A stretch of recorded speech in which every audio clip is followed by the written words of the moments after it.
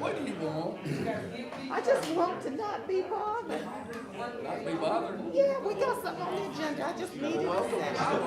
I know that's right. What you got? There is a change of. I really don't know. Theo. How are you? Our thing that was on the agenda yesterday that they didn't understand that they had questions about. Yeah, we talked to HR. We had a meeting. They said they passed it till today till they got some answers. The lady in HR said she was gonna talk with you. Okay.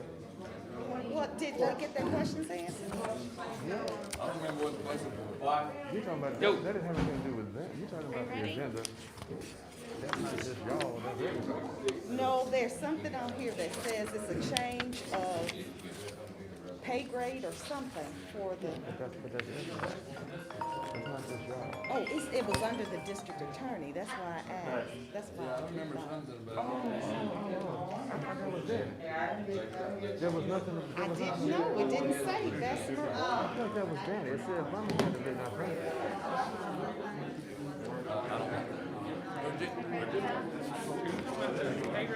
Yeah. It just said administrative secretary. Appointed something. Yeah, for I 90,000. thought that was. So it's not us. I thought it was them. I think it's Okay. Birmingham. Yeah, that's right, Birmingham. Oh, okay. So I don't get to be. Hey, Theo, she's got a grant that you need to sign. Yeah, I wasn't very Yeah, I sure, got but a then grant I opened agreement the that It's is- just an application. It's just application. Run that. Yeah. Because the county had to sign. Yeah, she said. Okay. So that's Birmingham. Commissioner. Thank you. me see. Thank you. Or tomorrow, I can't remember. Is We it? have to run through a grant. I mean, I think so. That's what. Is it ready? Have you got it today or tomorrow? If it required, what does it require? it requires Jimmy Stevens' signature. So like that's up to the DA? It has to be a resolution. Hey, I sent you guys a message.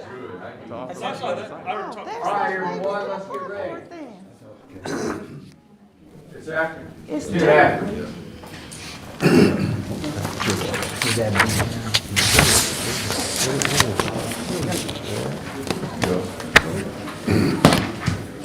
Go.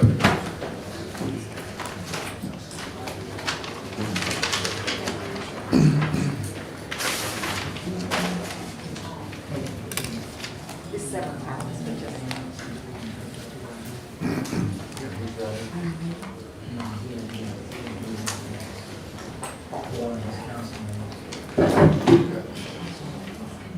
Yeah, go ahead and get that, go ahead. Ladies and gentlemen, I'd like to welcome you here to Jefferson County Commission for the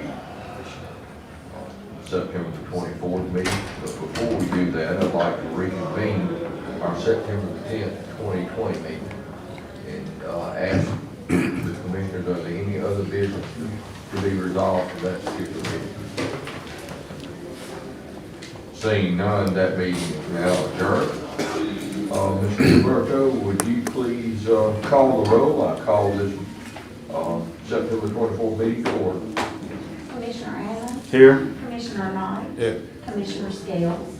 Good morning. Commissioner Tyson? Commissioner Stevens? I am here, thank you very much.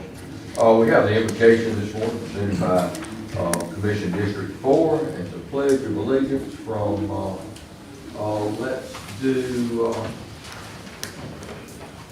Danielle. Will stand with me. Our dear Heavenly Father, we thank you for this day. We thank you for each and every day that you have blessed upon us. Lord, we ask that you give us the wisdom and the strength today as we deliberate the business of our citizens. And we ask that you continue to keep us safe as we transcend this time of very difficult issues with COVID. And we ask that you keep us safe and especially protect our elders. Lord, we thank you for everything that you do for us. And we ask that you guide and guard and direct us throughout our remaining days. In this and all other things we ask, in Christ's name, amen. Attention, salute, pledge. I pledge allegiance to the flag of the United States of America and to the republic for which it stands, one nation, under God, indivisible, with liberty and justice for all. Thank you very much.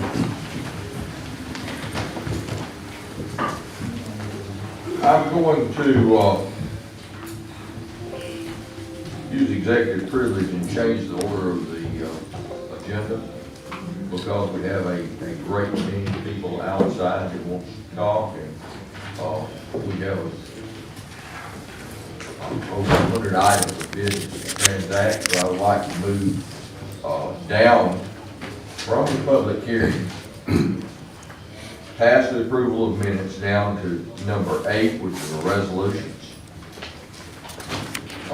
Commissioners, there are, it says on mine, 117 resolutions to be considered today. I know that we have 110, which was carried over at the zoning meeting. I need to pull number 21, which was cardiac solutions. And we need to carry over number 4. Commissioner, asked also, it's a last minute request from the district attorney's office investigation. She was looking at one item of new business. We can do that at Just want to make sure that.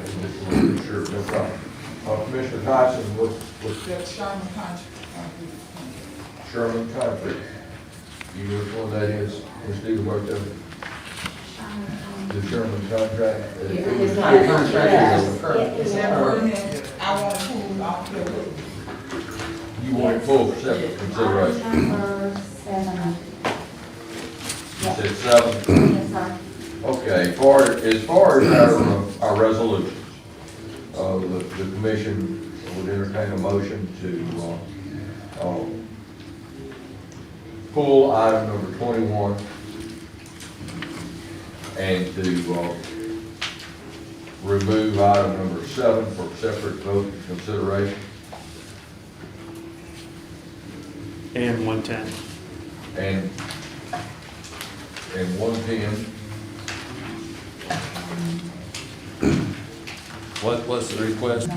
That was the other rezoning that we already had the public Rezoning hearing. in the past, that we will carry it over to that. Hang on. We will consider those separately. Oh, okay. So that's a separate vote, not a pool. Yeah. All right. So I'll make the motion to approve, what is it, 5 through 117, holding out 7 and 110 for different consideration and pulling number 21. Okay. We have a motion. Second, all in favor say aye. Aye. Aye. Go to the carried over item. Commissioner Allen, that you did it, go ahead. Go for it. Yes, sir. I'd just like to ask Mr. Kessler to come in, and I think we asked him the question last time if his initial request was mixed and R4. Instead of doing R4, if he would consider RG instead, and he needed time to review, and so for him to discuss it. And Mr. Kessler?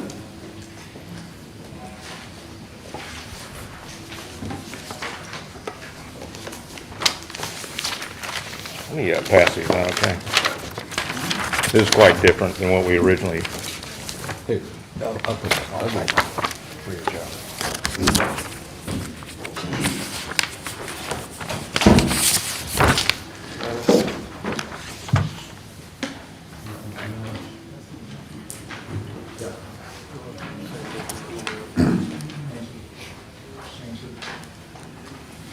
Would you like one, Mr. And Mr. Kessler, last time you were here with us, I guess the request was if you would be willing to consider RG instead of the R4, so that I guess the whole property would be RG. Yeah, that's And correct. you needed time to consider it, and I'll give the floor to you. I guess, going back just real quickly, we started with 2 condominium buildings, 50 units. We cut it into 1 condominium with 25 and 10 garden homes.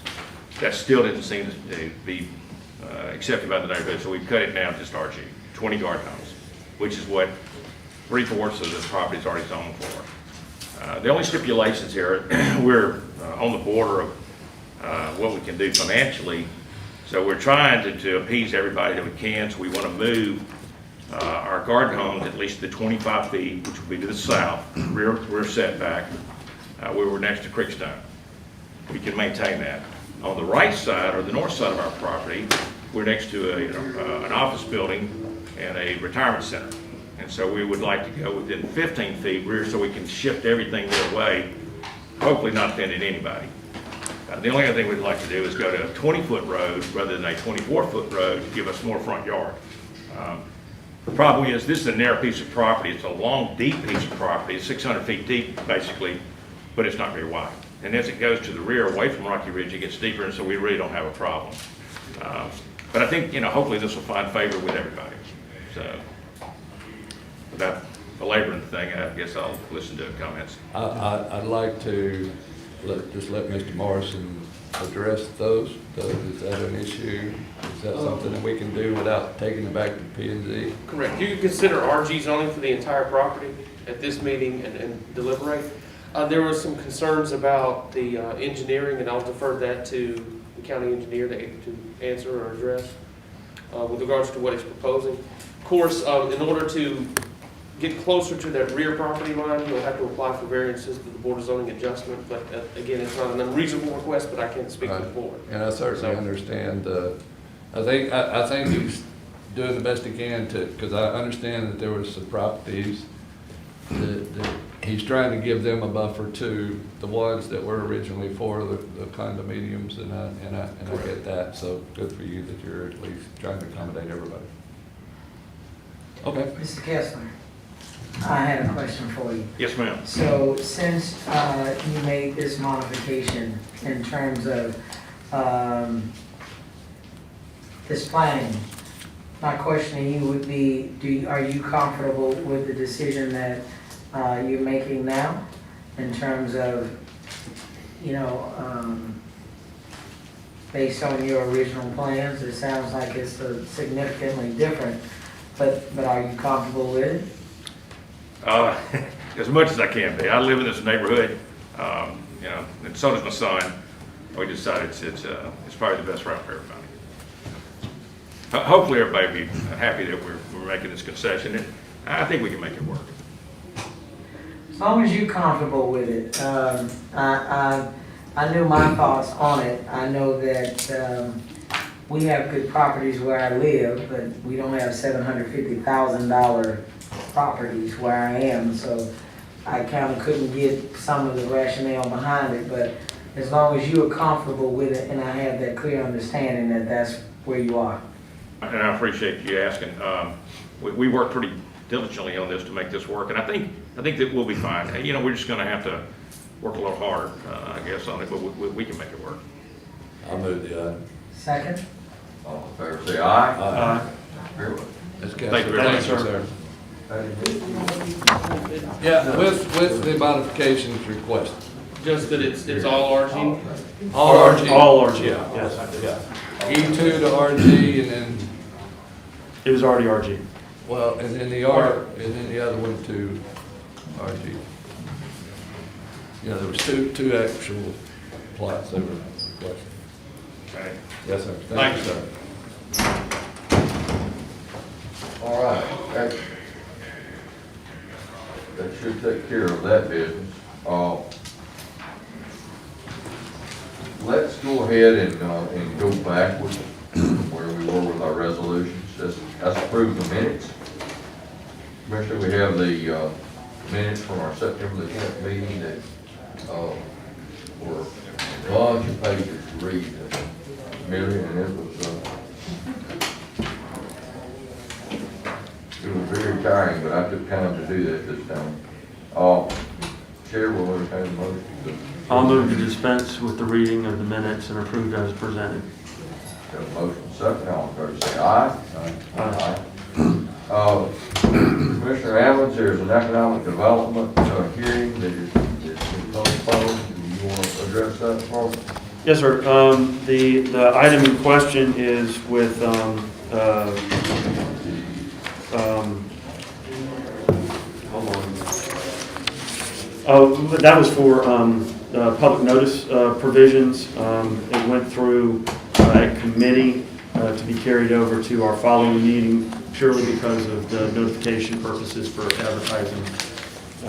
So we'll hear that on our October 8th meeting. That's right. So the chair will entertain a motion to carry that over. What item is that? Item That's 4. item 4 of the presentation. Your motion's been made. This is temper here. Second. All in favor say aye. Aye. Thank you, that's done. So Daniel. I believe what we have left, we have a presentation. This is a proclamation recognizing the month of February is Neonatal Intensive Care Awareness Month. This is a little far out, but what we're doing is, there's approximately 1.5 million babies a year that are born preterm and often need neonatal intensive care units. Whereas funding for the research, because of the NICU state, as well as the holistic care of NICU families is vital. And whereas the NICU Awareness Month will also provide visibility to the research and improve quality of life for NICU babies and their parents. Now, this will be explained by the Jefferson County Commission that the state of Alabama, that the month of February shall be recognized as neonatal intensive care awareness day. We have some guests here today. Oh, great, please come on in. Where's this come from? Hey there. Hi. I'm sorry, Nick. This didn't come through committee. Is this something new? It was added to the agenda. Here, you want to say it? It's Who brought it? these folks. Can't do it. Yeah, it's the county. Huh? Well, then I signed it, then I didn't.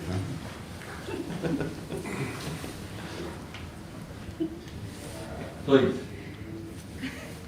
I just am really here just to say thanks on behalf of Project Sweet Peas.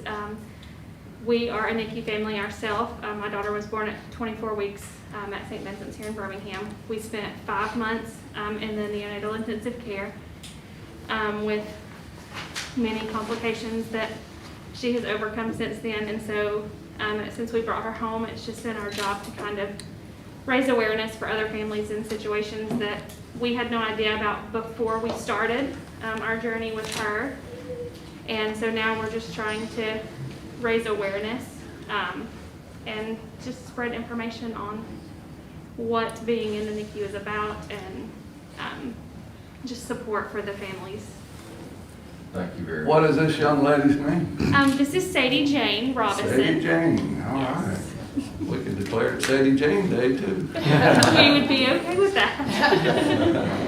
And thank you so much for doing this also, because it's a large portion of children in the state of Alabama that have to visit the NICU unit before they are released to go home. And I don't think we really realized it. It was brought to my attention through Children's Hospital with the van with the smoking in the car with the child. I actually had an opportunity to attend those classes before the pandemic. So thank you for doing this. So we just appreciate any level of support that we can get, because it's, like I said, before we were in the situation, we didn't know much about it. My first child was not in the NICU, so it was a new world for us. And so just kind of making others who are not aware of that has been our goal since having her. I read the proclamation. I need to give it to you.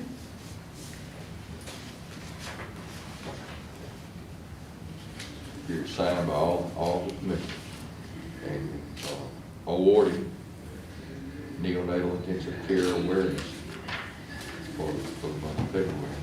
Thank you so very much. Thank you. In roll tide. Yeah. Y'all like that You one? want- Philip will get a picture. Okay, here. Why don't you get it with all of Come us? on, guys, all commissioners.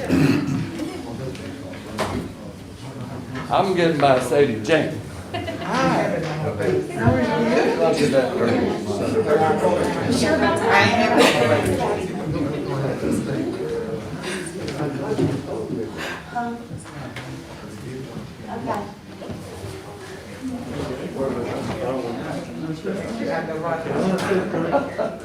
Here you go. Sadie Jane. Hey. One more. That's a good photograph right there. You know the sad thing about it, I'm sitting here grinning like a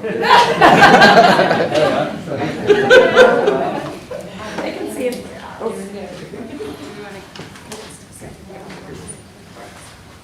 Sadie, jeez. Sadie Jane. Sadie Jane, baby. Sadie Jane. Smile I'm at gonna get you. Smile at old Popo. She turns her head. No, I did not. Be quiet, Popo. That little girl said, who's that little man? She was fine until you called her ass down. Thank you very much. Thank you. Bye, Sam. All right, now.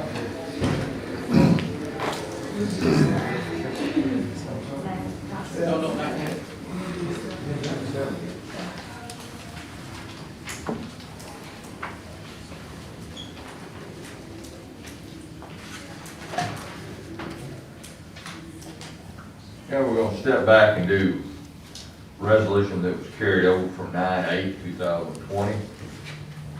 It was concerning the permit from the Alabama Department of Transportation for sanitary sewer facilities on State Route 79, Central Valley Parkway right-of-way for Sherman Industries.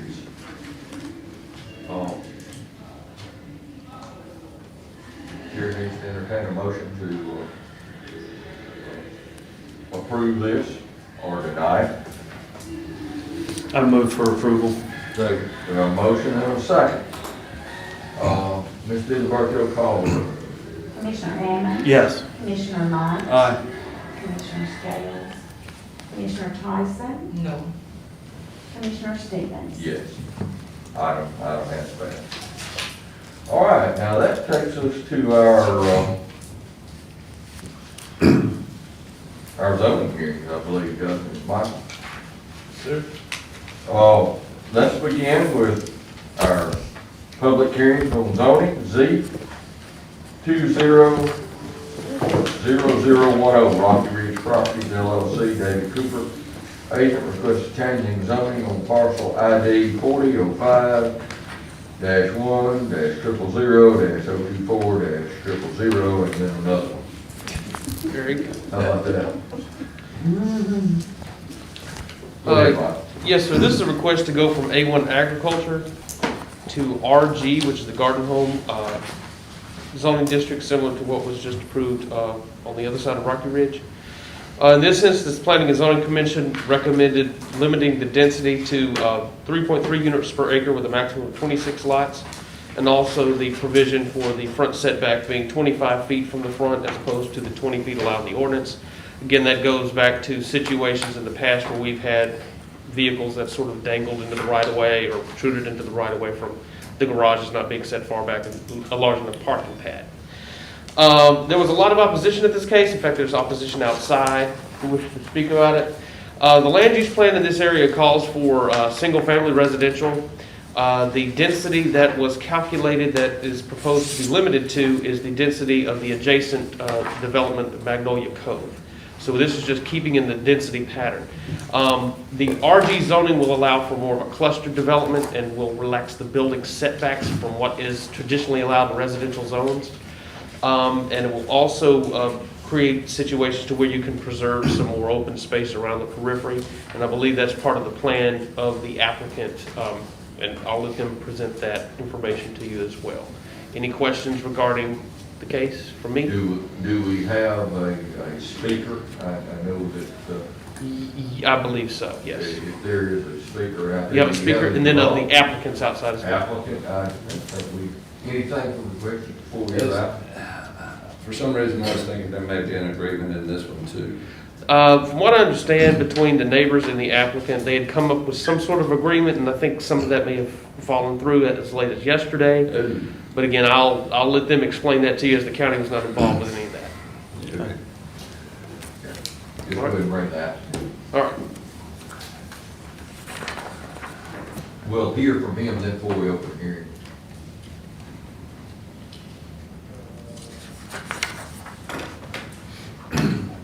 Steve.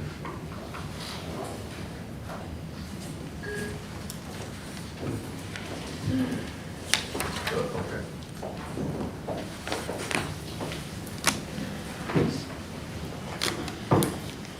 Good morning. Morning. Morning. Come in, state your name and your address. Right, And, so, right here? Yes, sir. All right, thank you, sir. My name's Charlie Beavers, and at 4301 Dolly Ridge Road, 35243. It is my pleasure here to be here representing Marty Byram of Byram Building Corporation. He and his son Colt are the owners and principals of that company. Also, David and Laurie Cooper, who are the owners of the property which is the subject of this application. We also have with us Bart Carr, who is the civil engineer for the development. I would like to make a brief presentation. Did y'all see anything? We can't really tell what's going on out there. Have y'all seen anything about this at all? Nothing. Okay. Yeah, we What said, we're asking Just what's you in to our- do is to make your presentation, and then we will open the public hearing.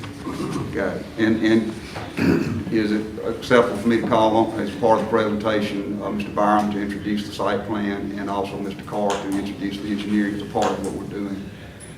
If that's needed and necessary. Okay, thank you very much. I want to give a brief history, if I may, to this property. This is 7.9 acres on Old Rocky Ridge Road. The Coopers, David and Laurie Cooper, originally bought this property with the intention of making it their home. There's an old house on the property. They spent $30,000 in engineering and construction fees and whatnot to accomplish that, and then we're told this building cannot be saved, can't be restored. It's a hopeless cause, and so they had to back off of that and figure out what they were going to do with the property.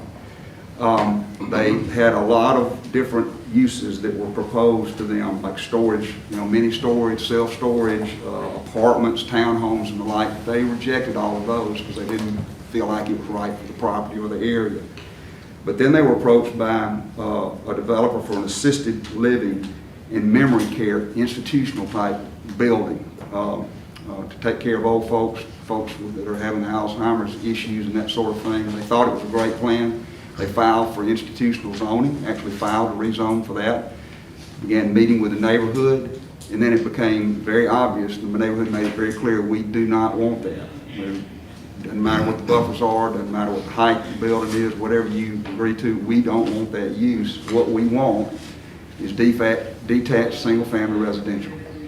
So the Coopers withdrew their application and told that developer, I'm not pursuing this. And now I'm going to look for somebody who will build single-family detached residential. And that's where they made their agreement with Marty Byram for that type of use.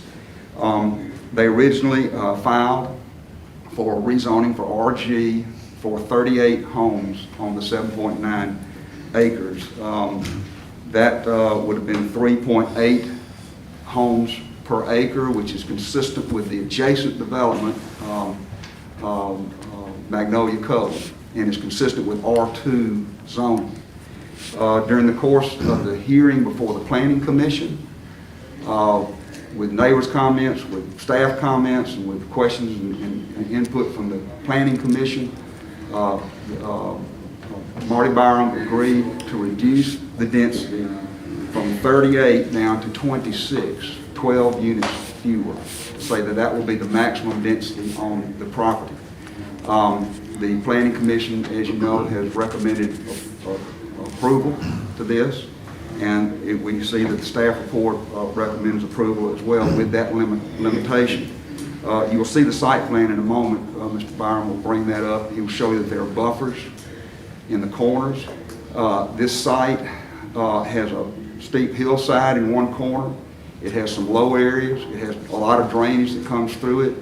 And so what they want to do, and the reason they want the RG zoning, as you'll see, is so they can, it's an R2 density, less than R2 density, but they can cluster the homes and save the topography and deal with the water in a way that doesn't tear up the property. And you've seen developments. There's one going up in Vestavia now. It's very nice, but it's over near 459 off of Pump House Road, where they took a hill, much like the hill that's on this property in the back corner, cut it way down. So you've got this huge, wall there. It's not a wall. It's just, it's open.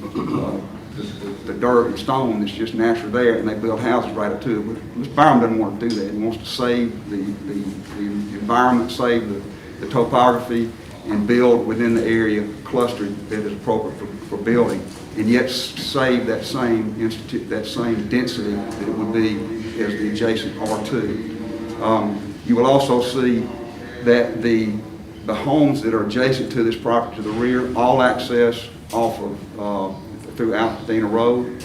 This property accesses entirely off of Old Rocky Ridge Road. Totally different environments, totally different neighborhoods, totally different universes, really.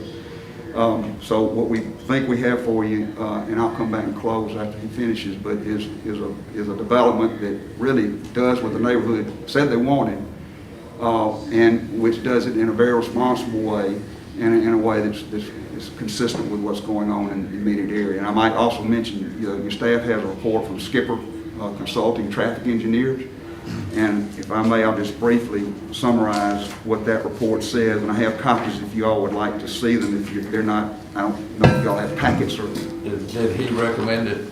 He recommends. He says, for example, that it'll add 3% to the traffic on Old Rocky Ridge, which if the count was 11,657. He says that it puts 32 vehicles on the Old Rocky Ridge during the AM peak hours, 40 vehicles on the Old Rocky Ridge during the PM peak hour, and that Old Rocky Ridge Road, as he says, will operate effectively with this development without even the need of turn lanes. And that was based on the original site plan of 38 homes. Now 38 has been reduced by 12 down to 26, so the impact on traffic, it doesn't exist, and it's even less than what was actually studied here, and with the recommendation it would not be a problem. Mr. Beavers, what size will the lots be? Commissioner Knight, if I may, let Mark Byron come and describe all those lots. Maybe this is a good time for that. He can give the details of it as well.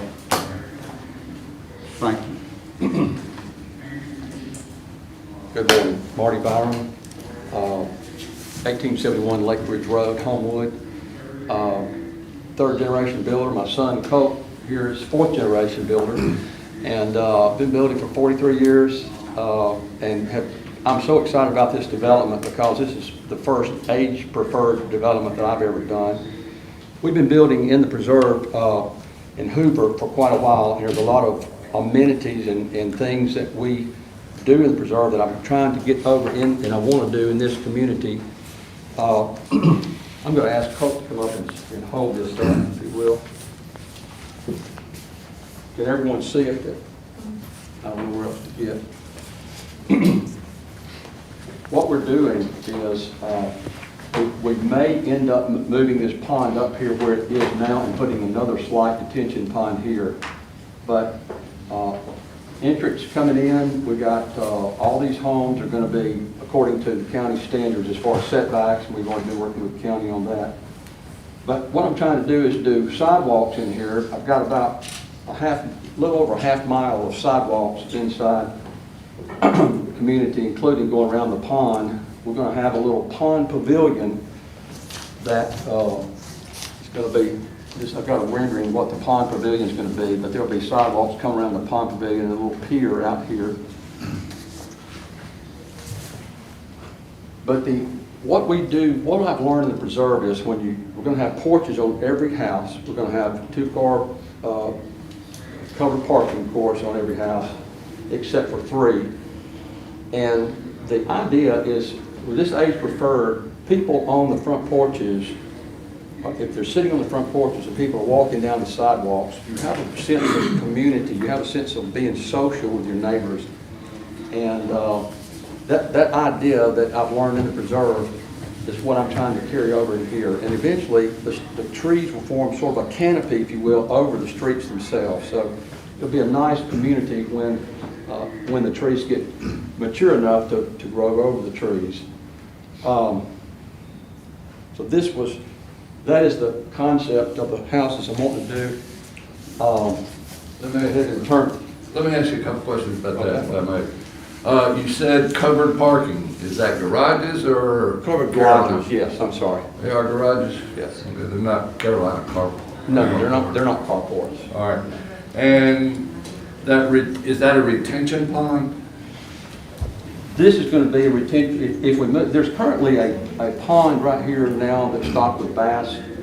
We're thinking about making this a retention pond right here so that we can take some of the stormwater into that. It's currently going out of that pond now. We need to keep it there. Well, I think we're going to, at this point right here, all this water we need to send to a smaller pond here. So this will be a detention pond and retention pond where the bass are, where the fish are. And who will be responsible for that in the long run? The homeowners association. With that being handled stormwater, will that harm the bass if you check with That is something I've got to do. you probably need to check with the Department of Conservation and that, so I believe that would throw a monkey wrench into your plans. It might. Now, we had planned on an aerator too in the pond to help aerate it, but you're right, the chemicals, I'll check into that. You said that would be. Regardless, I'm wanting this to be a retention pond though, whether it has fish in it or not. The garages, did you say it would be a drive-in garage? Yes. Under the house? Not a basement, a main level garage. Yeah, all these are flats. These are age preferred, so far we've got about 10 people that have called me about these, and everyone wants to keep it in the county. Everyone wants 0 steps, and so we're trying to design the homes where it's sort of age friendly, if you will, as people age in place.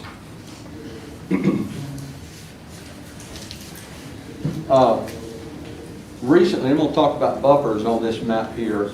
You really can't see the homes. You have to look real close in here. The lighting's not good, but this is the current house. This is the current pond.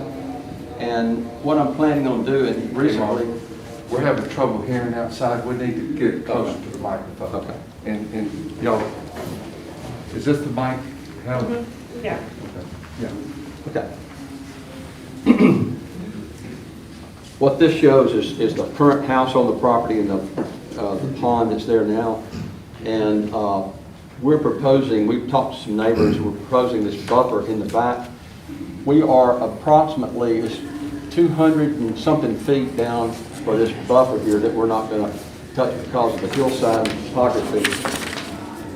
We're flat over here, but we've given, with the concerns of these neighbors, we've given a buffer in here, and it's spelled out 70 feet down going from the north-east property line going south, and it's 140 feet from that to this point.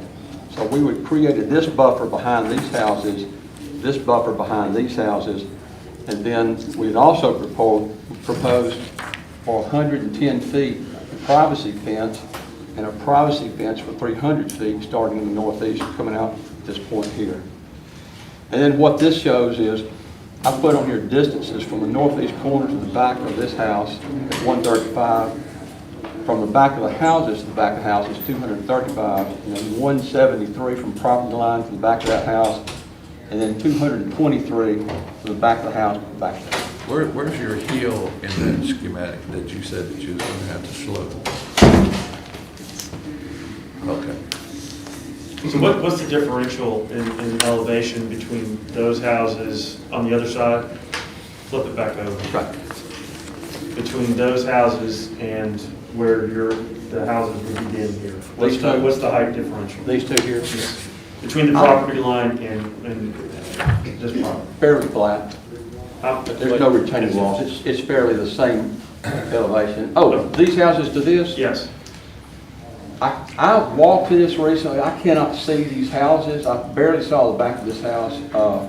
So I'm going to guess it might be 6 to 10 feet lower, but I'm just guessing from memory.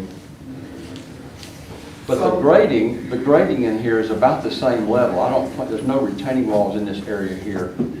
There will be a retaining wall over in this area here we'll have to do.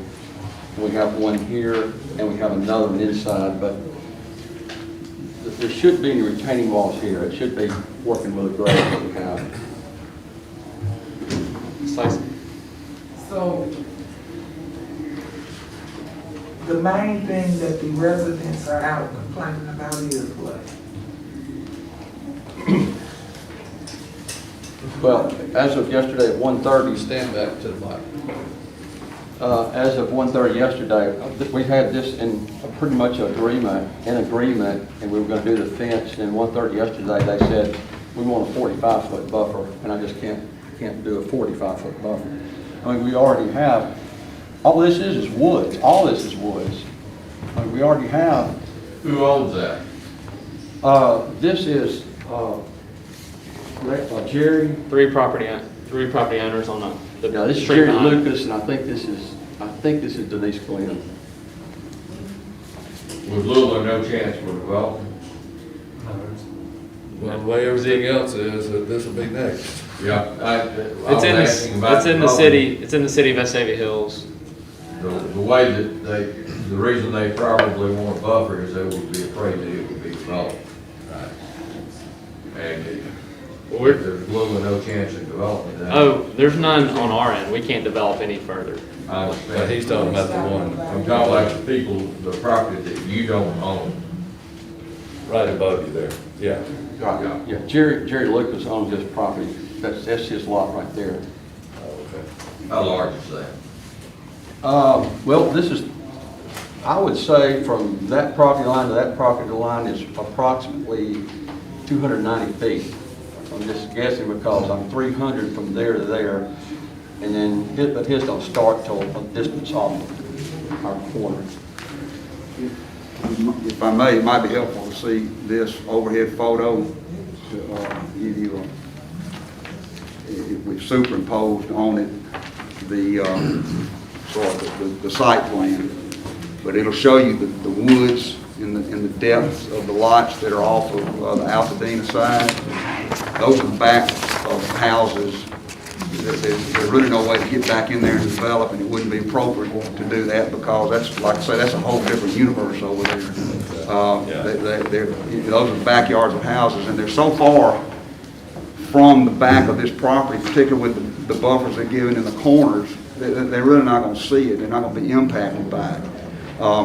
The request that they've made is for a buffer in that center part, but that's in the area, first of all, that needs to be developed because that's the flat area, so they're avoiding the low areas and the drainage areas and the hillside and developing in that area. Also, if you see on this photo, overhead photo, it's just woods back there. There's no, it's not right up on it. Sorry. Charlie, ain't nobody ever had a hard time hearing you until today. Well, I got this thing on. I can't even see, you know, it's fogged up. But to do the cluster type development, and again, this is lower density than R2. To do the cluster type development and avoid tearing up the land and cutting and filling and all of that to get the kind of density you need to get to support the infrastructure costs, you got to build in the area that's suitable for building, and that's what they've done here. And they've created buffers in those corners where there's a greater chance of somebody seeing something. And there's really no chance of seeing something in that middle area there where they have to come. They'll be 25 feet off the back line, you know, but it's just woods back there. And that property is not going to be developed because it's the backyards of homes that are in established, you know, larger lot areas that access a total different area. That it's just, it's totally removed from what we're talking about. I see what you're saying. Any other questions?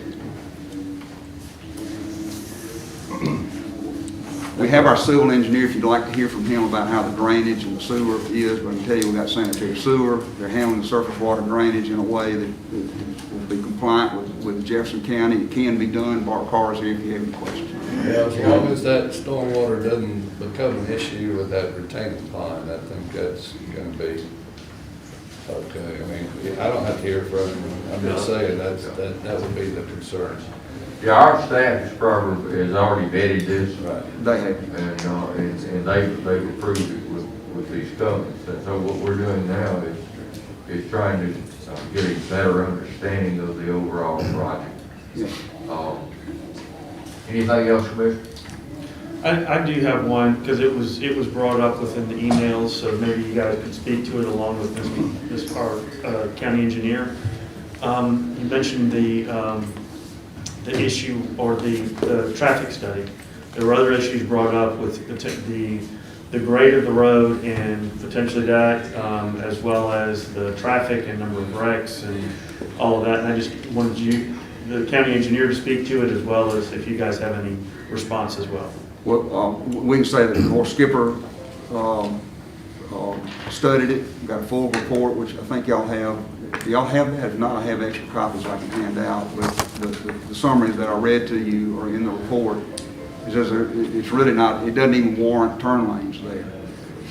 It's a minuscule impact, and it will not have a negative impact on that road. It's like 3% added traffic. It's very minimal during the peak hours, like 30-something cars in one peak hour and 40 in another peak hour. And that was based on 38 homes, and now we're down to 26. The grade, we understand, works. In the report, he says sight distance is good.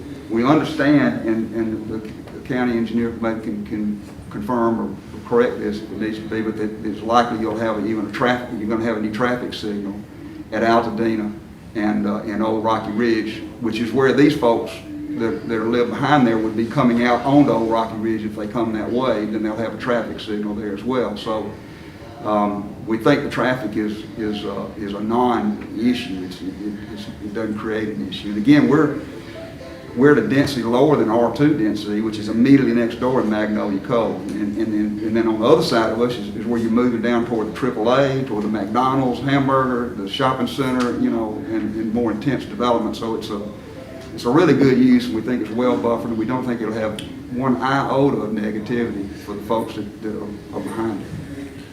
Ms. Bynum, how deep would that road be as you come in off Old Rocky Ridge or Rocky Ridge? How far before you actually get up there and make that first turn or second turn? And the reason I'm asking, because I'm just giving you a heads up, we don't do speed bumps in the county. So if you got somebody that moves in there that likes to hot rod out, that's going to be an issue with the neighbors.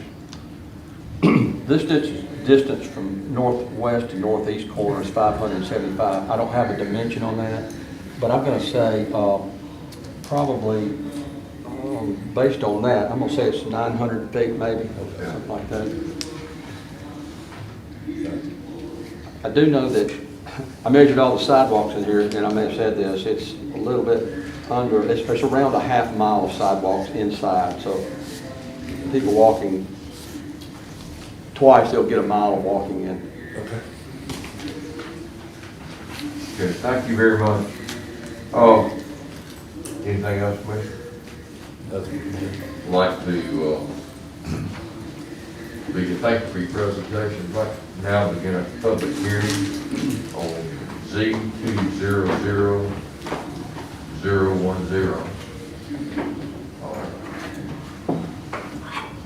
Old Rocky Ridge Road properties. Michael? Yes, sir. Would you like to see if anyone out there would like to speak in favor of or in opposition to it? If they haven't spoken, we appreciate it.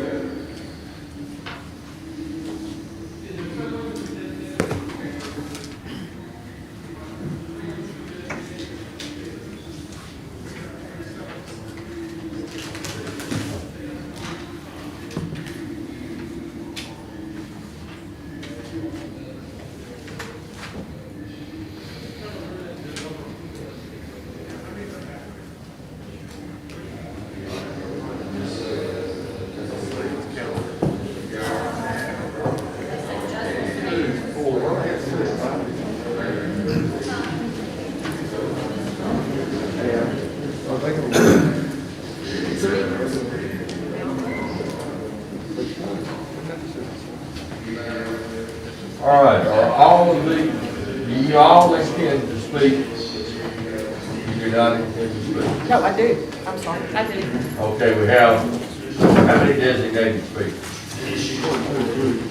5. You have 5 here, all right. And we ask that if you intend to speak, it has to be on a new subject that had not been worked over before or considered before. Okay? All right, who are we gonna begin with? All right, so we're opening the public hearing. We have opened that. And you are going to speak against. I am speaking against. Need your name? Yeah, my name is Steve Monk, 2409 Mountain Vista Drive. I live in the subdivision right behind this property. Okay. And first of all, I thank y'all for letting me come in here. It was very difficult for us to hear outside, and quite frankly, I hate to say this, but I don't know why we had to sit outside and they get to sit inside while we're doing our presentation. They made their presentation. They can sit there. Okay. You want them outside? Well, you know, I'm just saying fairness, but you know, but that's okay. They can stand here. We try to be very Okay. involved in this, and this is a professional meeting. Okay. So, and that's fine, we can stay, I'll just say this, we had a very difficult time hearing out there. So some of the things they may have said, I don't know, we didn't hear it. But anyway, I'm gonna go ahead with my presentation. We thought we had a deal worked out with these guys. We started with this applicant and the developer, believing we had worked out a settlement. In fact, here is a copy. I asked Michael, he said I could just pass these out to you. Here is a copy of the memorandum of understanding. So what one ended up? That it? Okay, maybe one more, so. A memorandum of understanding that we had.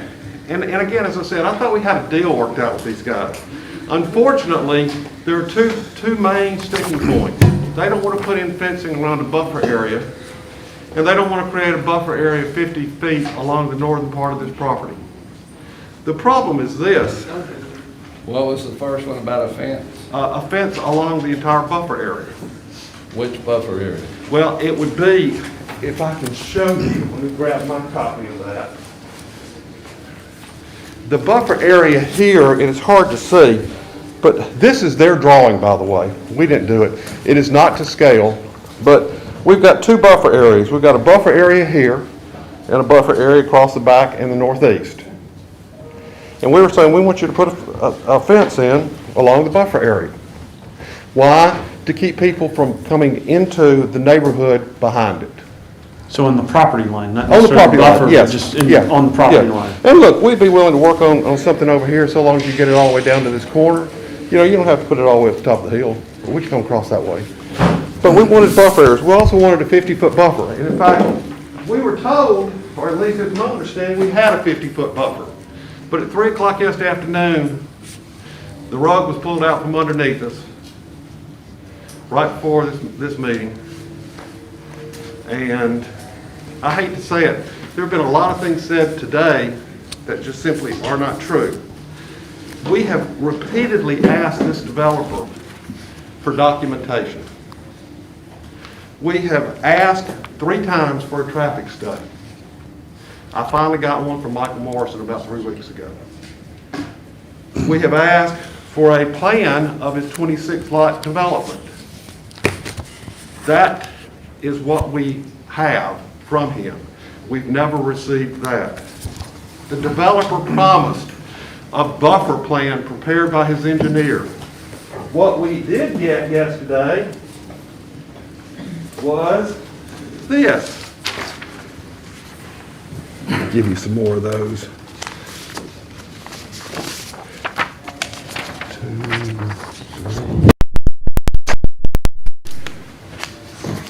What we did get yesterday was this. And as you can see, he's cut into this buffer right here a whole lot.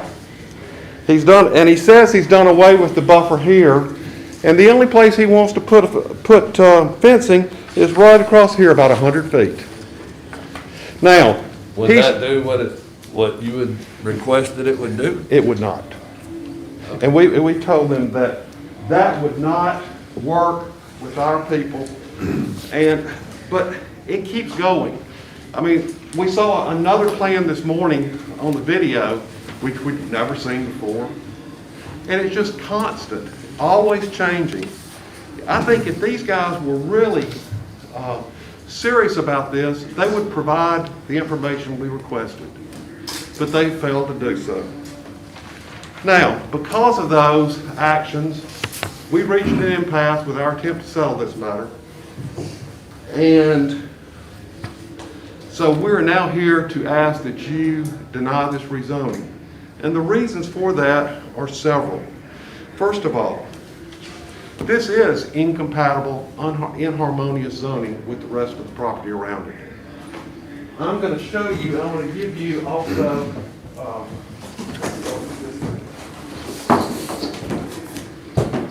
this is a zoning map, and I'll have small ones if you need it, of all the property around it. Here's the subject property right, let me make sure I'm right here. Subject property, A1. It's right actually in here. So it's here and here. This is it. This is A1. What is A1? Minimum lot size, 43,560 square feet or 1 acre. Look behind it. Vestavia is still zoned E2. What's the lot size minimum in Vestavia or for County E2?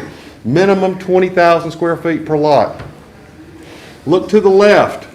You've got down below Hoover E2. Minimum lot size 20,000 square feet. You look up here. You've got some E2s in the county again. 20,000 square feet minimum. Do you see any RG on that map whatsoever? Nothing surrounding this property is RG. Nothing whatsoever. So that brings me to my next point is, and this came out of the county zoning ordinance. This is kind of a classification of zoning for single family. And I'll put it like this. You look here, you start out with A1, go to E, boop, boop, boop, boop, boop, boop. All the way to the bottom, last category, RG. Not R1, not E2, very bottom RG. What does that mean? Well, a couple of things. First of all, I'm going to pull out, again, from the county's land plan. I'll give y'all copies of this when I finish. But this is Area D where we're located. Page 1, these are objectives on zoning for the southern area of Jefferson County, Area D. Straight language here. To make land use changes compatible with development and development proposals in surrounding municipalities. What does that mean? It means look at the property next door. What is it zoned?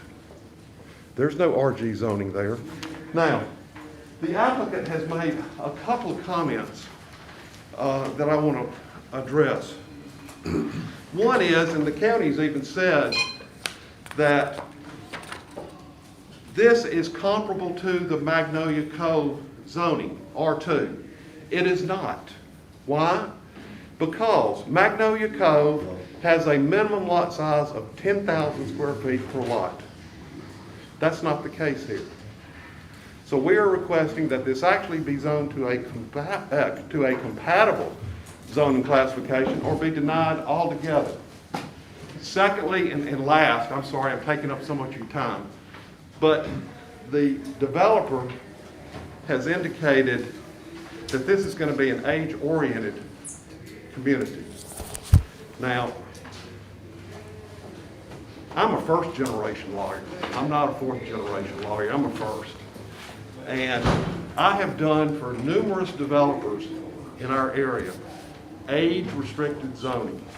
So I'm pretty familiar with age-restricted zoning. But that's not what they're talking about. They're talking about age-oriented. So what they're trying to tell you is this: we're only going to sell these lots and homes to older people. But if you don't comply with the Fair Housing Act, which they will not be doing, they can't turn away someone who wants to buy a house in there.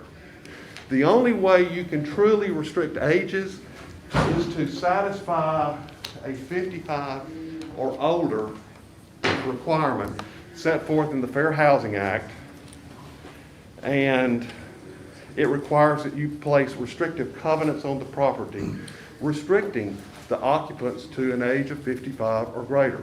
They are not willing to do that. So, What school are these on for? I think Shades Valley? You think? I think, I'm not sure. It would be Shades Valley. Shades Valley? So, And just to, I think I heard earlier, age preferred, not age restricted. that's correct. Okay. Right. In order to have age restricted, it's called the Housing for Older Persons Act adopted by Well, I don't Congress. think that's what he said, sir. No, it's this, he did not say age restricted. He said age preferred. But you're making an age restrictive argument, which is irrelevant to this conversation. Right, because it has no application. Correct. Okay. So he can sell to anybody he wants to. Correct. Okay. All right. So anyway, that is our position. I feel like we have been led astray by these folks, particularly at the very last second. We asked for a 50-foot buffer. They don't want to change the plan to reflect a 50-foot buffer. They want an RG zoning, which is completely incompatible with everything surrounding this property. I thank you, and I'm gonna let the next neighbor come I up. have one more question. Sure. Did the incompatibility with surrounding zoning area, it doesn't sound like that was an issue until they didn't do the buffer. Well, let me say Because this. you said y'all had- Yeah, we no, thought you had you're an exactly agreement. right. We bit the But bullet. now it's an issue. Yes, we Okay, bit the that's all I bullet, we were have. gonna That's all go I with have. RG, and unfortunately, the bullet came back and bit us. Okay. And here are the compatibility. So you guys asked for 50 foot, and what are they doing? What is the buffer that they're doing? Nothing. Nothing. Mr. Chairman, could I ask the developer on what the buffer was? Just for clarification. Mr. Beavers, what was the buffer? Is that,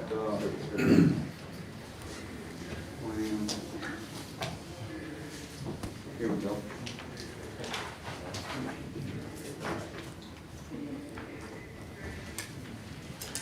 And let me say, I don't know where the idea was that the developer was offering 50 feet in here, but it never was. They drew some things and sent in a proposed memorandum that our folks never agreed to, but. Yesterday. Yeah, yesterday. so, I don't know, I just wanted to say it's a misunderstanding. We don't think they were trying to mislead us. Our people sure weren't trying to mislead them. This is what he's always offered, is a buffer here that goes, it's in this corner, and in this corner here. It's 70 feet here, it's, 140 feet here, and it goes 45 feet from this point to this point, and that gives this buffer in this corner. And you'll see that the house here is 135 feet to the corner of this property. It is 235 feet to the nearest house, 235 feet with this buffer. This buffer is huge. What are these numbers here? 262 feet this way and 280 feet this way. And then the depth of it is, I can't read with these glasses. What's that? It's not on there, but it's about 175. 175 feet, and then the houses don't start until right here. So in the house, you can't even get it on this plot plan. It's way up here. And the house here is way up here. So they're so far removed. And the reason they can't do a buffer here is, again, to develop the property and leave these. They're leaving this about 100-foot wide open here. They got to put drainage in here. And then right in here, they got a 25-foot setback to the houses. But they have offered, and we talked about this just a little while ago with the folks out there, but a fence, 70-foot, 6-foot tall privacy fence, and we're willing to commit to it. 110, sir. It'll start here, 110 feet to this corner. It'll go all the way across here to the beginning of the huge rise in in the topo, it just doesn't make any sense. This is a real steep area, which if they had to spread the houses out more, they'd have to cut this down and fill and really ruin the foliage and the topography here. So what they're proposing here is the fence. And again, if you look at that area photo, it's just woods here. Is all it is. And it can't be developed. It won't be turned into anything because these homes all are situated on lots that are situated on Altadena Glen, I think it is, on Altadena Road that comes out the other way. So our folks have done everything they know to do to create protections here and buffers here that would be meaningful. Would that satisfy your request for fencing, is what they just The said? fencing aspect, yes. Okay. Yes. But not the buffer. Yeah, they still want 50 foot right here, but they can't get the clustered density that they need, which again is lower than the adjacent R2. It's lower than R2 allows. It's a real low density, but they're able to cluster it and save around the edges, you see. So what's the value of the price of those houses that you're building? What are your prices? Right now, it depends on lumber prices, depends on some, unforeseen contingencies. Right now, our target's $450 to $750. $450,000 to $750,000. There's three that's $450, the rest of them will be $5 to $7. The average is probably gonna be $650 average. And the houses around that area value and, The values of the houses around there? yeah. Magnolia Cove is here. Yeah. What's that? For the county, that'd probably be as close as it would get. Is how much? Because the houses up in the other neighborhood would be that or higher. Yeah, and again, this development, if you look at the overall map, is totally oriented to Old Rocky Ridge Road, totally, which is a totally different kind of road.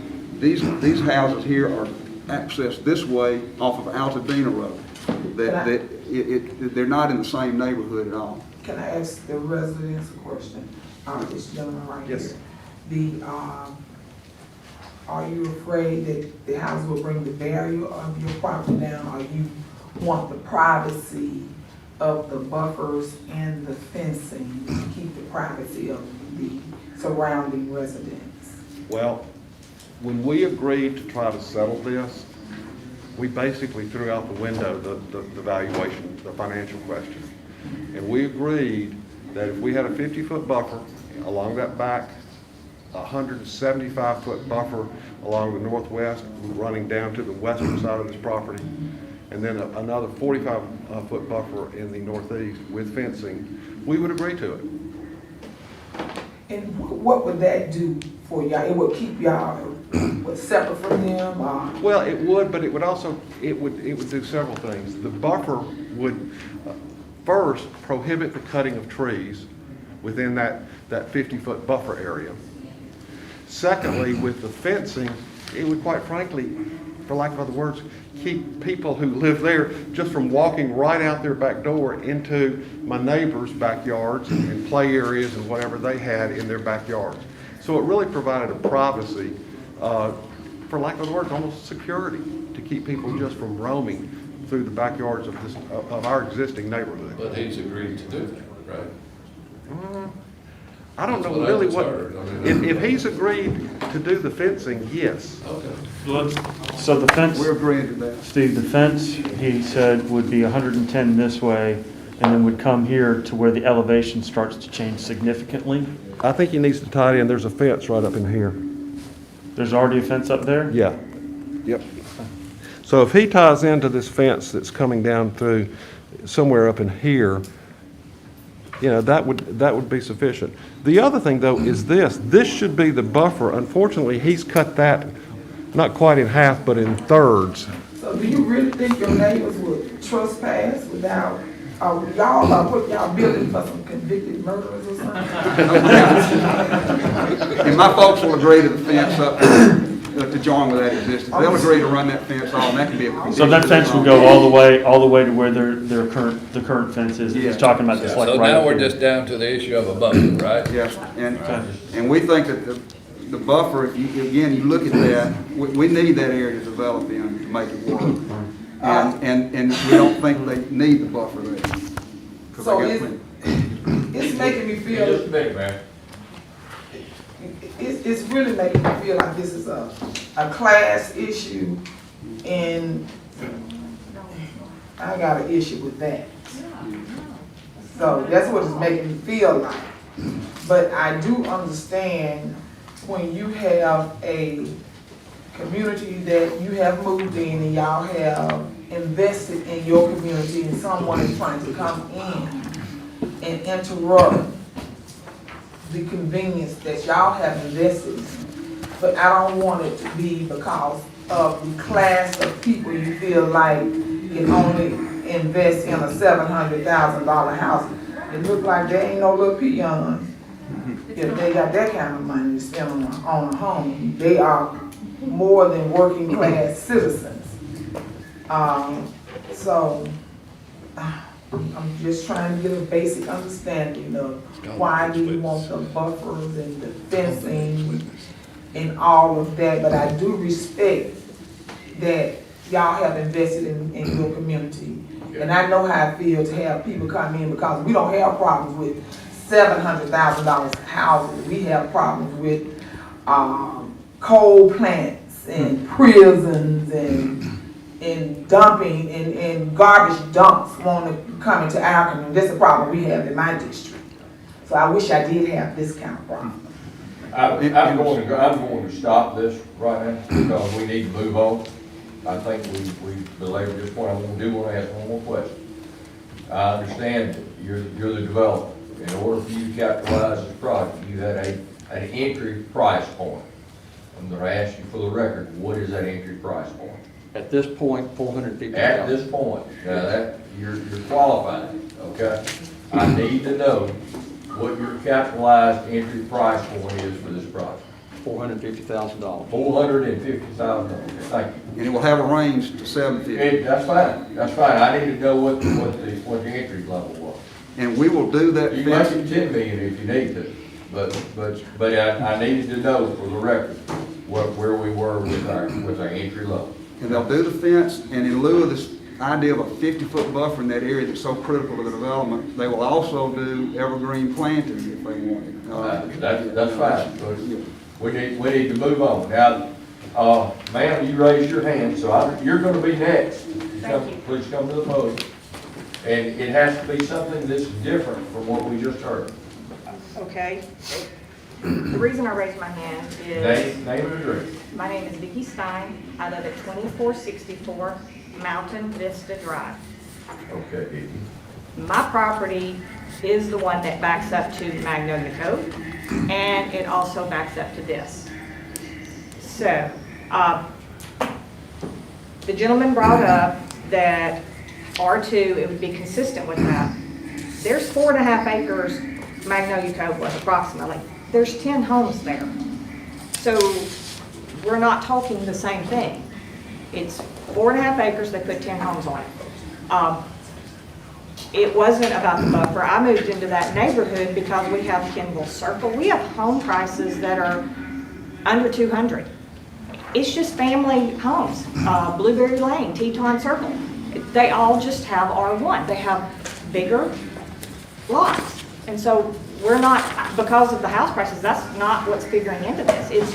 We're talking all of a sudden 26 homes here on 7 acres versus everybody else. I mean, when you drive down Old Rocky Ridge Road, that's just not what you see. The other thing is, we have Dolly Ridge Creek runs through, you may know, it goes down Acton Road in front of the commercial. It goes around where the little elementary school is. It goes behind Collier's Nursery. We're having flooding issues. I mean, I have videos I sent. I don't know if you got them because the files may have been larger than y'all do. I have them here. But basically, it's flooding Collier's Nursery. So based off of all of the property, the impervious property that's going to be now, because he said it's like, what, a half a mile of streets, we're going to have runoff. It's going to go overflow that pond. We see other ponds. It's going to end up in Dolly Ridge Creek, which comes all the way through our neighborhood and goes all the way down Altadena Road. So we're just going to have flooding. And I don't know that that's going to get addressed. I do have some pictures of some of the flooding. This is, in our neighborhood. This is over on Dolly Acton Road. And that's just in the massive storm that they did, and it's almost full. As far as also where they've said they've tried to work with us, we've tried to work, but also I'm still confused. These are the two drawings I've been given so far. I don't know what I'm getting behind me. And I don't think it's unreasonable to ask, am I getting, this was what was given to me by Mr. Morrison. This is what was given to me by Mr. Monk that he was given. And now today there's a totally different one. The buffers they're talking about, the way I interpreted them, and I could be very wrong, is they were using my property as saying that's your buffer. Well, shouldn't you have every R1 on Old Rocky Ridge home, $179,000 house, has a buffer, and the person behind them has the same type of buffer? Not that we're just using everybody's property as that's your buffer. I'm also the one that sent you the online petition. Because of COVID, we did the online petition. We have 202 people that are opposed to it. They are opposed because, once again, it is not harmonious with our neighborhood. All of our neighborhoods, Teton Circle, Blueberry Lane, Old Rocky Ridge Road. It's not my development. With that, we did give them updates as far as the approval from the planning and zoning. And the reason that we even, from my perspective, the only reason I was willing to have a negotiation is it was approved. It was basically approved because Magnolia Cove was used against us. So we said, do we try to negotiate and see if we can come to some kind of agreement? I've talked with Mr. Cooper. When he first bought that property, he called me and said, I bought it for my family. He said he loved that property when the Richies owned it, tried to buy it before. So, okay, you love this property, but he has also had traffic concerns. He asked me about an easement through my property to exit onto our neighborhood on Mountain Vista Drive because his wife was concerned and he was concerned about the traffic and her trying to pull out with their kids. How long ago was that? He bought the property I think in August of last year was when we had this conversation. And so, okay, great, but no, it's not just my property. As y'all have seen so many of the pictures, it would have been mine and every other neighbor. We'd have a road basically exiting. So we weren't able to do that. So we are still concerned about traffic. He was concerned about traffic. Also, he indicated to me the love of this property that he's been trying to buy, and now we're going to have 26 homes on it if they don't cut into a hill. So, I started wanting a neighborhood that just has single family. A lot of them are one level. They're built in the 60s. They're not huge homes. It's just a neighborhood. To now we'll have this high density behind me, or medium density, I guess. So thank you for your time. And please oppose this. Thank you very much. Appreciate your comments. Commissioner Allen. Yes, sir. Mr. Morrison? Sir. She made mention of the buffer for RG, or there's a standard buffer from. Actually, there's not one required in the ordinance. For this one? Correct. Okay. They're required to have a 25-foot setback. There is no requirement for buffer. Okay. And Ms. Carter, I asked earlier about the grade of the road. The level of service for Old Rocky Ridge is a B. The B, so it's B to F, A to F, right? It is. It's reasonably unobstructed flow. We do have plans for traffic signal upgrades at Altadena and Rocky Ridge, and that intersection there with work continuing on to Acton. But the county reviewed the traffic study and concurred with Skipper's findings. And I'm very well aware of the flooding issues. I've been over to Collier's and talked with Jimmy, and well aware of it. The crews were supposed to come out and help abate some of that. Will any of the road work help with the flooding issues? So we're addressing drainage for the area as part of our road work. I mean, it's a challenge in that area. The county's development requirements address any increase of flow as a result of of those developments, so it's gonna have to be addressed as part of the engineering. Okay. I know because it was going over the road, but there's also that creek that you mentioned behind Collier's and all that, that still is an issue that overflows. So I think that's a completely different issue though. So, all right, thank you. Okay, thank you. I believe one other person raised their hand. We will hear one more from one more person if indeed they need to be.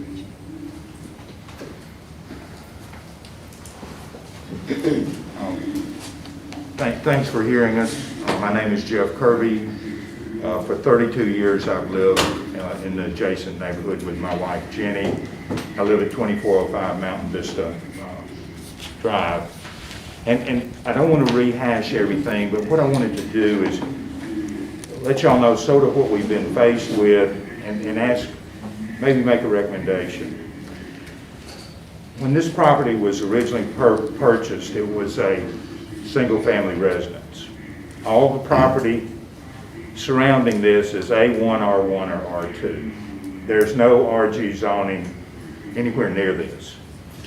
Next, we're told they're rezoning for an assisted living center, which will be approximately 4 stories tall. We met with them, we worked with them on that development, and then after our meetings with the developer, that request was withdrawn. Then we're told that they're making a request for RG rezoning, which is to include a plan that would allow up to 80 homes. They submitted plans for 38 and 34 lots. Then, at the hearing with the Planning and Zoning Commission, it was decided they would put 26 homes there. That's the first time we heard that. Then, we went through negotiations to have a buffer zone, which everybody agreed to, and you can see the memorandum. And now, we found out yesterday they don't want to do that. So, what I'm merely trying to do is let our neighborhood be involved and be informed of what's going on, so that we can all have a say-so in this as to what's going to happen. I guess what I'm requesting is this should be tabled so that everybody can be on fair notice. Thank you. Thank you. Did y'all have a written memorandum of understanding? Mr. Charlie, Mr. Beavers. There was a memorandum of understanding that was presented by the neighborhood, but it came in with things that my folks, I'm just going to call it a misunderstanding. I don't think the neighborhood is trying to be dishonest. I know my folks aren't trying to be dishonest. We had this 50-foot buffer in that area we've been talking about, where we need to be able to build to make this work. And that was never agreed to by my folks. And they never agreed to that memorandum. They're willing to do a memorandum or willing to have it put in the ordinance for these things that we've agreed to in evidence today. Fence all the way around the back, 100-something feet down the right side. We're willing to put evergreen plantings in that area where there's not a particular buffer, and agreeing to commit to the buffers that are shown on maps that we've turned in that, on each of those corners. So it can't, our folks cannot agree to a 50-foot buffer in there. This development won't work. We're down to 26 homes, which is less than R2, less than the zoning next to it. This property accesses acclimated entirely differently than the homes of the folks that are here. It's a totally different world. If we thought it would negatively impact them, we wouldn't be dealing with this. I would.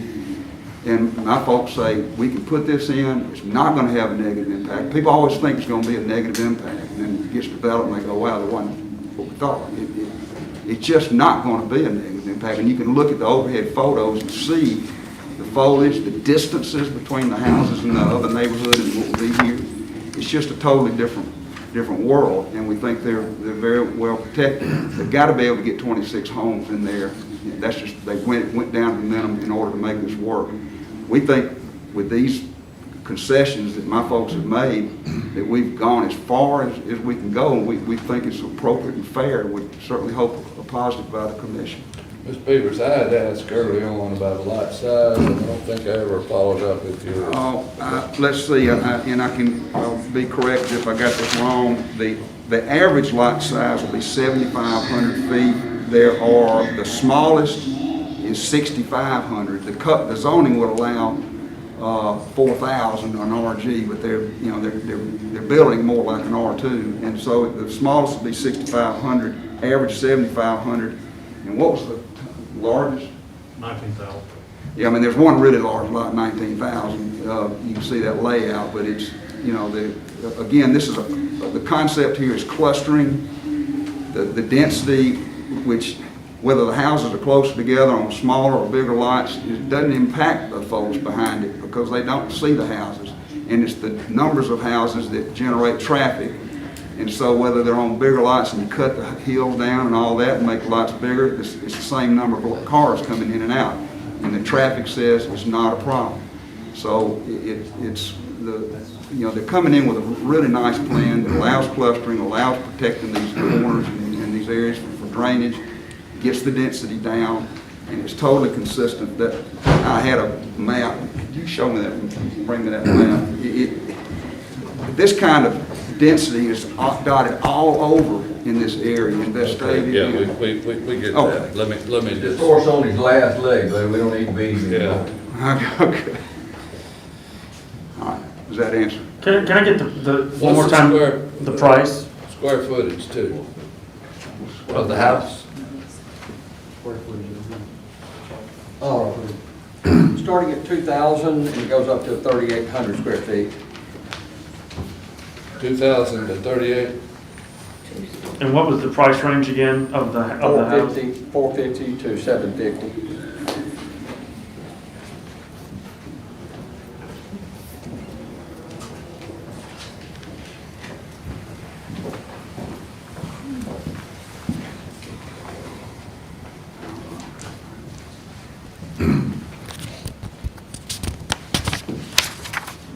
All right. Commissioners, any other questions? Yeah, somebody at the podium, I think. Just for a very brief time. I'm in the other universe. My name is Chuck Langner. I live on Altadena Road. And we've been referred to a number of times by y'all as the other universe. Well, there are 11 plus lots that are more or equal to acreage on Altadena Road. And you guys let this go in, just like they're using the neighborhood next to it as a go-by.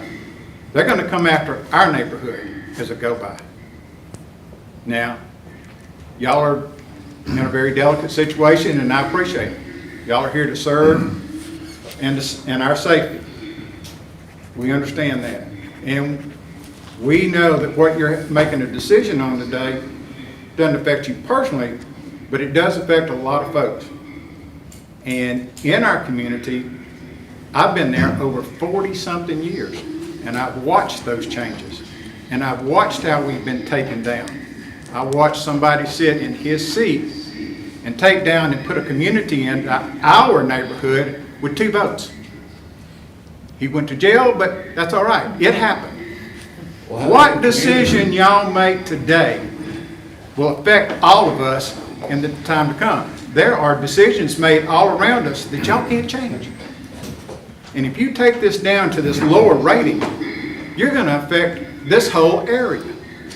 They are residential homes that we have been there and have enjoyed for a long period of time. And I do not see that it's in our best interest to start coming in for just one person to profit by, or really 2, and then change the whole scope of everything that's going on in our neighborhoods. This is a major decision. No, it's not industry. No, it's not a stack. No, it's not an airport or anything. It's a residential area that you're going to drop to the lowest possible zoning. And you're going to impact that on the rest of those neighborhoods around us.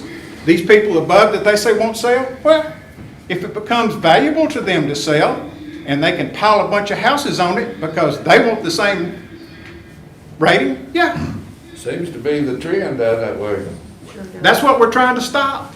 I understand. And the only people that can stop it are y'all. Y'all run the show. It's y'all's decisions. And we're looking to y'all to make the decisions that represent we the people as a whole. How many petitions did you get to support this? How many did you get to support what's going on with what we've got faced? You should have been on the last hearing. Well, I wish I was, but I'm not. Okay. Okay? We are concerned. We the people that y'all represent do not want this zoning. We do not want anything less than what we are enjoying and have for years. We can't stand much more of this. And if you allow it, you've got to continue it in the future. So please take that into consideration. May I just make a couple of brief comments? Got a couple of brief comments. One more. Just rebuttal. About 90 seconds. It is a different universe. All those arguments sound good in the abstract that you just made, but they're not realistic. What happens on Old Rocky Ridge Road with the acclimation of it doesn't transfer to what's going to happen on Altadena. It is two different universes. I mean, that's an accurate statement. Your planning commission looked at this and recommended it. They didn't think this was an issue, and this is a good way to do it. Your staff has recommended it with conditions, which our clients agreed to, and agreed to additions with the fence and the plantings in that area. So that's in the abstract. In the reality, this works. It's right. It's appropriate. It's good. There's no basis on which to deny it, and it's a good plan, and we hope you will see fit to approve. Okay, thank you. Thank you. You know, we can do this all day. Yeah, we got lawyers. We have more hearings to do. And I think that this has been properly vetted, ladies and gentlemen. This little lady wanted to speak, Jim, just a couple of things, I think. All right, if it's gonna be something different, if it's not any different. I sat up to 2 o'clock last night writing something, but I'm just going to speak from my heart. I'm no attorney or polished anybody. I'm just a down-to-earth lady who built her home there 33 years ago. And your name? Denise Glenn, Glenn. Denise Glenn, 3671 Altadena Drive. Yes, sir. Yes, ma'am. Thank you so much.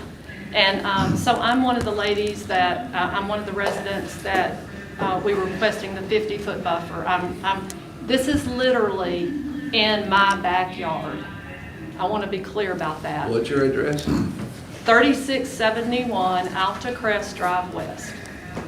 Literally in my backyard. I have lived there for 33 years, built another house on that street, lived there 2 years. I've lived in this neighborhood for 35 years. This is not in keeping with our area. He is using, he quoted some footage to my house. He is including my own very large backyard. That is not fair to use that against me as my buffer. I've raised my children there. I now have 7 grandchildren that play in that backyard on a play set and a tree house. If he clears to where he has the opportunity to clear, I will be looking right at him. I cannot sit back there. He has misled y'all on these buffers. He said that we would not see his development. I can see it now, and the leaves haven't even dropped. He has misled y'all on that. I know, I've lived there for 33 years. I see the house that they haven't torn down yet. I can see it now with the foliage green. So, you know, I am asking for an R1 development there. What they're asking for, RG is so far removed from in keeping with the area. And like I said, I am no hoity-toity. I am just an average woman trying to protect my privacy, my grandchildren, my backyard, my property value, resale value. They're misleading you. Again, I live there, I know. So your backyard is not wooded all the way to where that property I have a green area, and the woods basically belong to them. Okay. So, you know, if there's no 50-foot buffer for me, Again, I can see it now. How can they stand here and mislead you and say, I will not see this development? I see it now. Thank you very much. Thank you, ma'am. Just take 10 seconds to respond to that. You may have 10. Thank you. Her house, And I don't think you can come have it. 235 feet to the closest house, 135 feet to the corner, and here's this buffer, which is 70 feet, 45 feet here. Where's the house now, Charlie? Her house is right Now, here, where is the house she sees? right here. Okay. I don't know what you can see. I've been back there. It is a long, long way. Okay. Go to my yard. Come to my driveway. You're welcome. Okay. All right. Commissioner, is there anything that you'd like to say to address, perhaps to staff or to Lee? This drawing here that we have that's got the thing, to me, it's a hand drawn, and it does seem to indicate in the green that there is some kind of buffer, but what I'm seeing is that there is no, they don't want any buffer right here.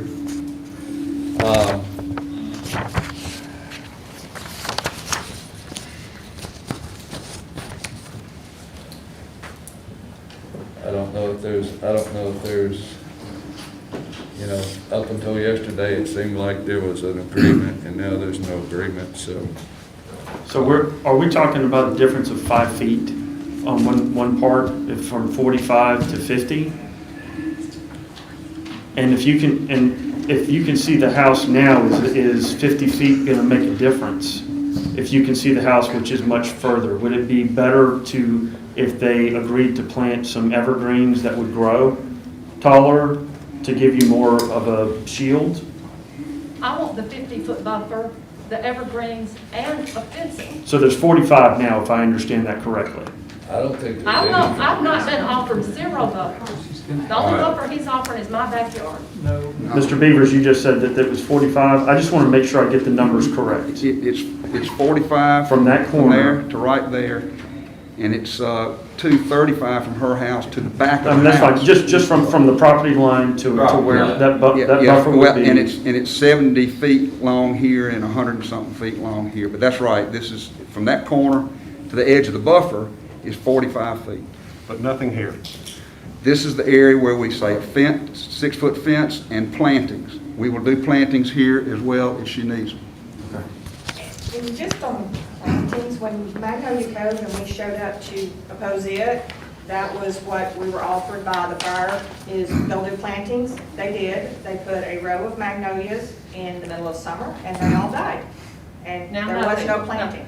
So that's a concern right now is, you know, there's woods. And the other thing is, I just want to make sure, I don't know which fence they were looking to attach to, but if it's my property fence, my fence is not on my property line.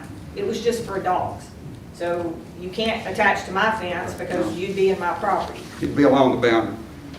6 foot tall, privacy fence, evergreen plantings. All right, I see a couple of issues here. One, the primary one is the density of the lot size, the number of houses. And the second is the price point, the entry point.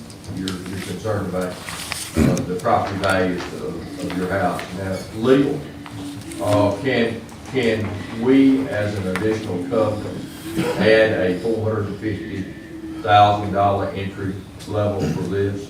Not particularly square footage, because we understand that the cost of building goes up. But what we want to make sure that if indeed this is considered, that these people have their entry level housing at least $450,000. I think that's a lot, depending on the market. I think, well, that was what I was about to say, is I don't know that you could make that dependent on, that the price could be dependent on the land use, because again, between the cost of materials and the use of the materials that were being used to build the houses, I don't think that that's something that you could mandate in terms of the zone. The way it's zoned right now, they can raise hogs. We'd rather have and cows. We like hogs and cows. Yeah, that's, and, you know, and what I'm trying to do is I'm trying to think of some way that can give our residents a level of comfort that they're not enjoying right now. Perhaps that would be to reopen the dialogue and work with the developer for an additional period of time, and perhaps, Commissioner Hammond. Another legal, can we dictate specific buffer for a period of time? Kind of to your point, if there was an evergreen buffer put in, that it was, make sure that that buffer is maintained for a period of a year to make sure that the roots take and it doesn't die off. You could covenant to maintain a buffer for a period of time. That would be consistent to protect those various, for the various reasons that have been mentioned. You could have a covenant to require that a buffer be maintained. But we really need that 40 to 50 foot, and otherwise it's still in our backyard. I would recommend some American pillars. Those things that grow 18, 25 feet, they're small, narrow, there's, I'm having the same issue in an area. Yes, he would agree to that. Would y'all go, take it back, would y'all be willing to try to work this out? Because it seems that if we can get this buffer issue resolved, we might can move forward on this case. We know we. Y'all were in agreement until yesterday. Well, I don't think they ever were in agreement. I think they were thinking this 50 foot, they were not thinking the 50 foot. I don't know how that happened, but I think we can certainly do the fencing. We can certainly do the buffering that we proposed, and we can certainly do the evergreens in the 1 year and make sure it's right. And he will agree to an initial price point of $450. He'll agree to that. He's not going to sell something for that. But he'd agree to it, and we can't agree to, in that strip in there, which, if you saw her house, it's way over here. That area, that 50-foot buffer ain't gonna do anybody any good. It's gonna ruin this development. He needs to get that density for his infrastructure. So we can do all the things What if you we took talked out about. those 4 houses in the middle and moved them down? Thank you. Made a park out of it. Thank you. I'm just saying, y'all are close. You spread your Y'all got too many lawyers involved, but I'm just. I agree. Yeah, I've never seen this many lawyers involved that you got this close. There's no billable hours involved. Would you be willing to work, would y'all be willing to continue working with Jeff? We'll be willing. Can we, are you talking about tabling this? We go talk and come back? No, we're talking Okay. about table it and come back a different day. Yes. Yeah. 'Cause I gotta be somewhere at 6 o'clock. When would that? And this is your public hearing, okay? Yeah. So when you come back to the commission, if indeed I receive a motion to carry over, I think I will, that you need to have agreement, and if there are additional covenants placed upon this property, well, they need to be run through staff, okay? To make sure that everyone's in agreement, because when we come back and do this, it's gonna be pretty much a done deal, okay? Either yes or no. And the storm water issue must be addressed on those ponds. Yeah. That's paramount. And the fish. We think we can address all of it. It said the fish would We can go live. get the fish, but that storm water is Joe going wants to to go fishing. We have every confidence that we can work out all these issues, except if they insist on a 50-foot buffer, we can't do it. You work out what you can, and we'll make our decision based on what you can work out. When will we be? Chair will entertain a I motion. moved that it be tabled. I moved it already. Well, then I second it. All right, motion's made, second, all in favor say aye. Aye. When will that Thank be? you. When will that be? We'll give you 30 days. October. Yeah. Michael, would that be? Second meeting in October. That's gonna be in the Bessemer courthouse, that's. It will be at the Bessemer Courthouse, so you'll really need to. And they're gonna come back with they're gonna come back with a plan, right? Yep. Hopefully they will. They were close yesterday. Let's get back to the, Come back with a plan. Yes, ma'am. Thank you, ma'am. Thank y'all very much. Thank you. consider those American pillars. Those are good. Yeah. All right, He likes it. move on. Do we have any more of these? No, well, yeah. All right, I'll give them just a second to clear. Thank you. We have another zoning case, Z200023, Sandra and Dolan Birchfield, Carl Birchfield. Yes, so this is just a compliance case. This property is owned I-3. It's got several houses on it. They go through a subdivision procedure. Like I said, it's just downzoning from I-3 to A1. Okay. I'd like to open the public hearing this time for Z200025. Anybody in the audience in favor of or opposition to this particular issue? Seeing none, public hearing is closed. I'll move the item. Move second, all in favor say aye. Thank you. Second, Z200027, David Allen Aldrich, on request change in the zoning in section 2, town place 20, range 5 west, from A1 to R1. Yes, sir. This property has split zoning. It's mostly R1 now. There's a portion of it that's A1. The applicant is requesting to go to all A1 so he can place a mobile home on the property. I think he's had some interest from some prospective buyers. This is right at the Y of Old Tuscaloosa Highway and Charles Hamilton Road. Directly across the street is an R1 subdivision. That's why P&Z recommended rezoning the entire property R1 instead of A1. Like to open public hearing for Z200027. Is there anyone in the audience that would like to be considered to speak in favor of or in opposition to this particular issue? Seeing none, public hearing is closed. Move the item. Second. Move second, all in favor say aye. Thank you very much. Commissioner, we have a public hearing that I would like to convene right now for consideration adoption of project agreement for job incentives with Movis US LLC and Alabama Limited Liability Corporation. Is there anyone in the audience who would like to speak in favor of or in opposition to this particular incentive? Seeing none, public hearing is closed. Move the item. Move second, all in favor say aye. Aye, thank you very much. I believe that leads us to the end of the agenda, except we need to have, Item of new business for Mr. Lawson. the executive session is warranted pursuant to section 3625A7A3, for ramification of legal options. One item of new business, I'll vote. One item of new business. All right, Move for the item of new business to be considered. Second. requires unanimous consent, motion been made and seconded, Mr. DeBerco, call the roll. Commissioner Hammond? Yes. Commissioner Knott? Aye. Commissioner Tyson? Commissioner Stevens? Yes. One item of new business will be considered. This will be a resolution authorizing the President of the County Commission to execute documents necessary for a grant for the Investment District Attorney's Office for security cameras for the Brighton, Lipscomb, Fairfield, are adding the additional security cameras and making that application to a deputy. I'll move the item. Motion's been moved. Is there a reason why this is Just make required? application for the grant. Because you got to sign it. Just, you would have, the grant application has to be signed. Has to be signed. So the action will be it's time sensitive. Yes, sir. Yes, sir. All right. It's been, all right, it was, but it moved. And seconded. And seconded. Call the roll. Commissioner Hammond? Yes. Commissioner Knott? Commissioner Tyson? Commissioner Stevens? Yes. Thank you very much.